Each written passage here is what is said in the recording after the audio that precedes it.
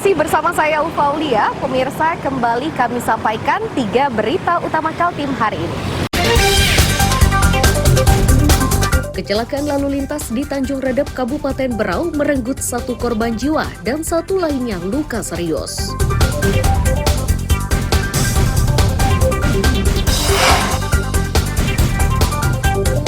Simulasi pengamanan pemilu 2024 di Kaltim digelar di Samarinda dengan melibatkan 1.700 orang.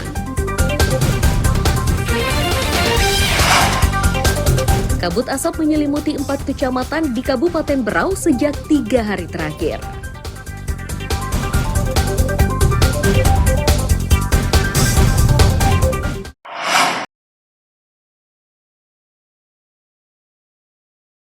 Kabut asap Kamis siang menyelimuti beberapa kawasan di Kabupaten Berau.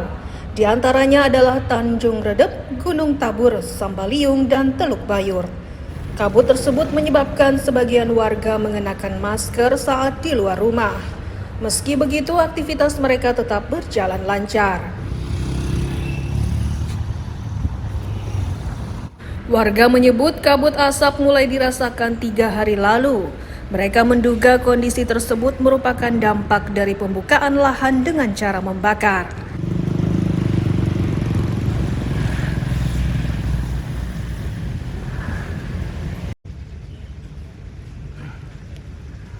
Tiga hari belakangan ini sih mas, kabut asap makin tebal aja. Ini karena kiriman kira-kira atau karena ada kebakaran di Berau? Kayaknya di Berau sih kebakarannya sendiri di hutan-hutan yang orang mungkin ada titik-titik api yang orang buka lahan mungkin atau sebagainya. Terus jarak pandang gimana? Masih aman kah sekarang atau semakin turun? Jarak pandang ini makin hari makin turun, ini puncaknya sih dari 3 hari yang lalu.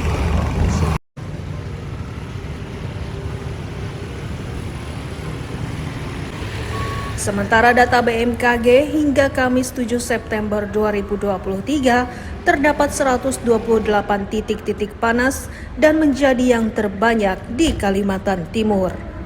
Amir Hamzah dan Miko Gusti melaporkan dari Kabupaten Berau.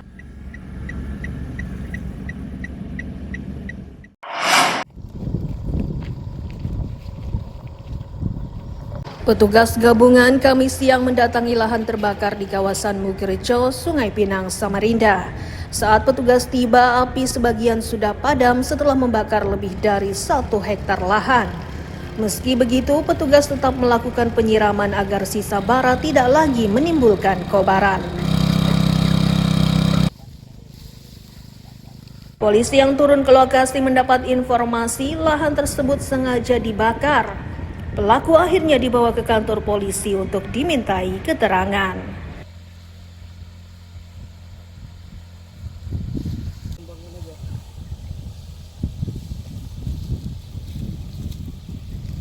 Hari ini kami dapat laporan bahwa di daerah Mugirejo, di daerah Ruku Sawah, ini terjadi kebakaran lahan. Nah, ternyata kita datangi di sini, apinya cukup luas, ini ada sekitar 1 hektar lebih yang terbakar. Jadi ini sudah kita atasi. Nah, dari masyarakat juga sudah mengatasi. Mudah-mudahan tidak akan terjadi lagi kebakaran lahan di daerah khususnya di kota Samarinda. Saat kami datang, kami menemukan bahwa oknum warga yang diduga membakar lahan ini kami amankan, kemudian kami kontak personil Polsek Sungai Pinang Dalam, kemudian yang bersangkutan diamankan di kantor Polsek Sungai Pinang Dalam. Alasannya pada saat membakarnya apa nih Pak? Alasannya adalah untuk membuka lahan.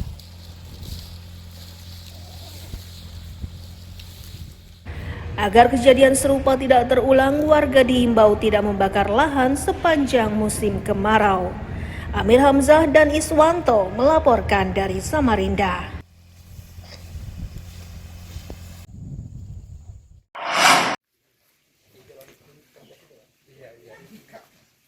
Jalan setapak inilah yang setiap hari dilalui warga di Pulau Maratua. Jalan tersebut dimanfaatkan untuk lintas antar kampung. Sedangkan di pemukiman sebagian jalan sudah dibeton. Namun beberapa di antaranya sudah mulai rusak karena termakan usia.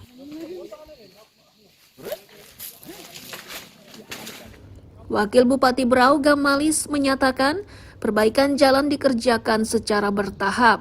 Saat ini pemerintah kabupaten masih mengerjakan jalan poros dari Kampung Teluk Harapan menuju bandara dengan panjang 6 km.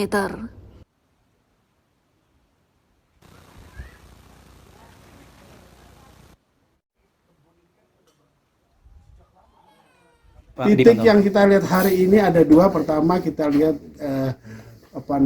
yang sedang berjalan, on progress. On progress itu adalah dari tadi SMP berapa ya? Teluk Harapan sekolah apa? Sekolah SMP? SMP 1. Dari SMP 1 Teluk Harapan tadi sampai dengan Pratasaba. Dari Pratasaba 6 kilonya sampai dengan bandara. Sampai dengan bandara itu 6 kilo. Di situ ada 3 macam pekerjaan, klaster-klaster pekerjaan. Pertama pekerjaan overlay, itu kurang lebih 1,6 kilo. Dan kemudian patching ada 30 titik, itu sama 2 kilo. Sisanya adalah pemeliharaan bahu jalan. Total keseluruhan ada 6 kilo.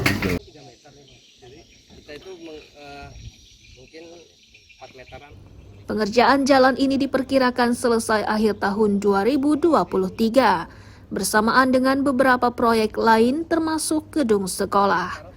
Amir Hamzah dan Miko Gusti melaporkan dari Kabupaten Berau.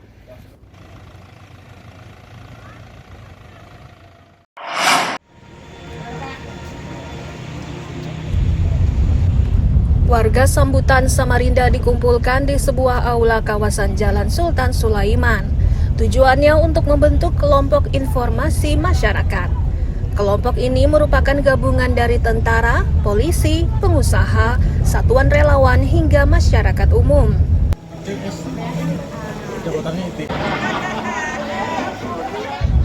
Kepala Dinas Kominfo Samarinda Aji Syarif Hidayat menyatakan, KIM didirikan untuk memudahkan pemerintah menanggapi keluhan warga.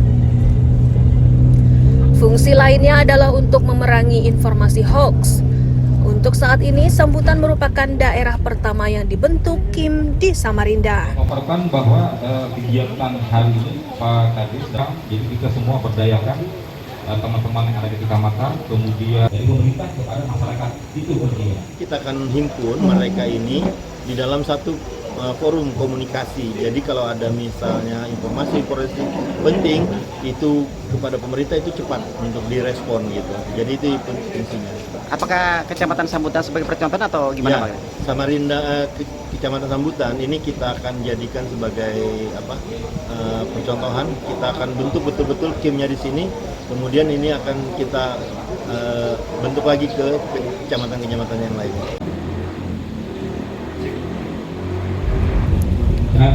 Bagi relawan, KIM menjadi sarana penting untuk mendapatkan informasi cepat berkaitan dengan peristiwa, jalan rusak, kemacetan, dan lain-lain.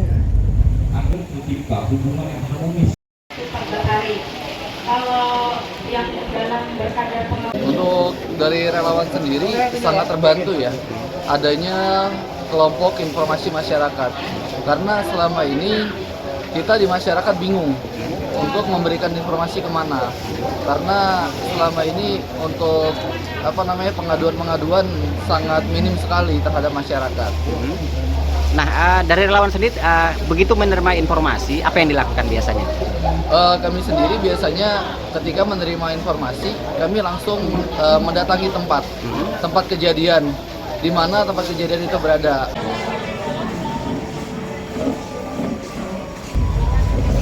Setelah sambutan, KIM akan disebar di semua kecamatan. Ini dimaksudkan agar informasi yang tersebar benar-benar akurat dan bisa ditanggapi dengan segera oleh pemerintah kota. Amir Hamzah dan Iswanto melaporkan dari Samarinda. Jadi bukan bidang respon informasi, tapi respon strategis, Pak.